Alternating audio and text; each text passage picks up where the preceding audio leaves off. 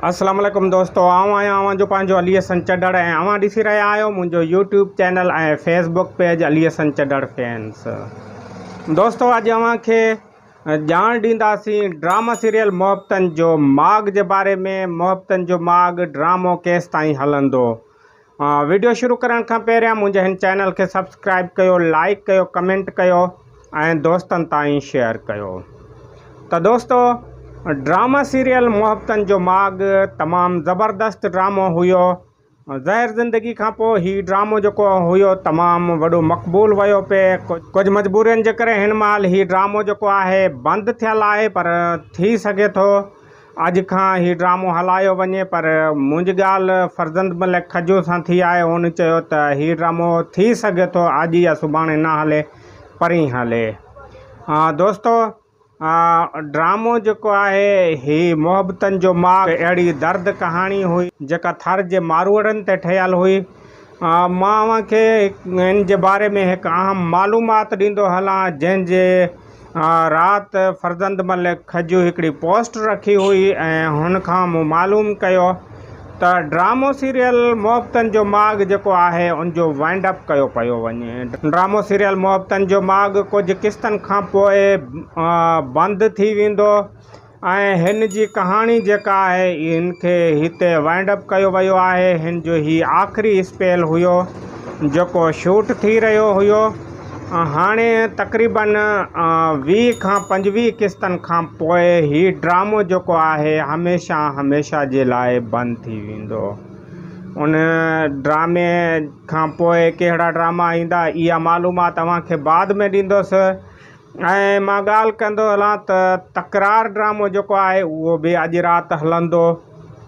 तकरार ड्रामे जा बि घणे भाङे जेके सीन आहिनि उहे शूट थी चुका आहिनि ऐं मोहब्बतनि जो माॻ जेको आहे उन जी मुकमल रिकॉर्डिंग थी चुकी आहे। उन जो आख़िरी स्पेल जेको आहे उहो मुकमल थी चुको आहे ऐं हिन ड्रामे खे जेको आहे वाइंड अप करायो वेंदो। ऐं तकरार ड्रामो बि मूं अव्हांखे ॿुधायो हो त उन जा बि आख़िरी स्पेल जेके आहिनि उहे रिकॉर्ड कया पिया वञनि। हीअ ॿई ड्रामा अनक़रीब बंदि थी वेंदा। उन जी जॻह ते कहिड़ा ड्रामा ईंदा उहो बि अव्हांखे मां वक़्तनि बवक़्तनि ॿुधाईंदो रहंदुसि। ऐं दोस्तनि खे इहो ॿुधाईंदो हलां त KTN जो ड्रामो हवेली तमामु ज़बरदस्त हुनजी स्टोरी आहे, तमामु ज़बरदस्त हुनजी लोकेशन आहे। भिटाई सरकार ते हिन ड्रामे खे फिल्मायो वियो आहे। हुनजी दरबार आहे उहा बि ॾेखारी वई आहे।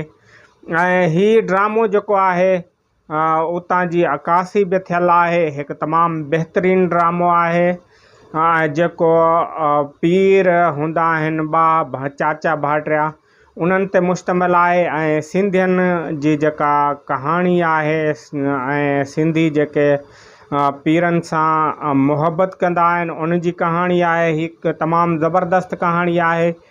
हीउ ड्रामो 8/5 ते हलायो वेंदो। अव्हांजे इंतज़ार जूं घड़ियूं ख़तमु थियण वारियूं आहिनि। तकरार बि हलायो वेंदो।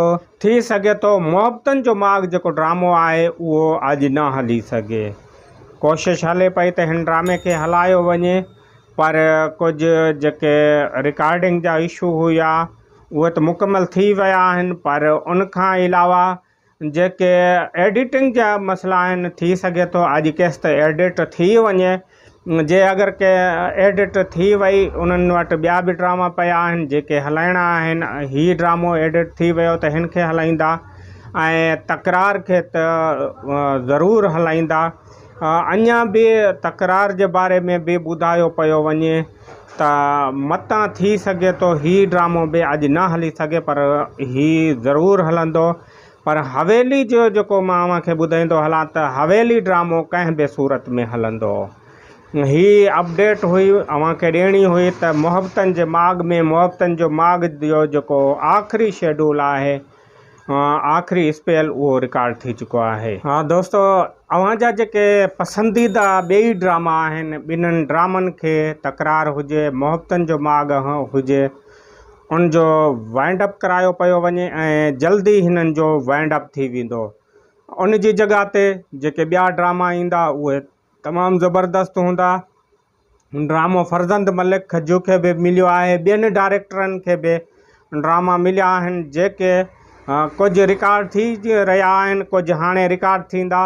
ही ड्रामा बि जल्द ऑन एयर कया वेंदा। इन ते पंहिंजे अलीअ संचडड़ खे ॾींदा इजाज़त। वेंदे वेंदे मुंहिंजे हिन चैनल खे सब्सक्राइब कयो, लाइक कयो, कमेंट कयो ऐं दोस्तनि ताईं शेयर कयो। त मूंखे ॾियो इजाज़त। अल्लाह हाफ़िज़।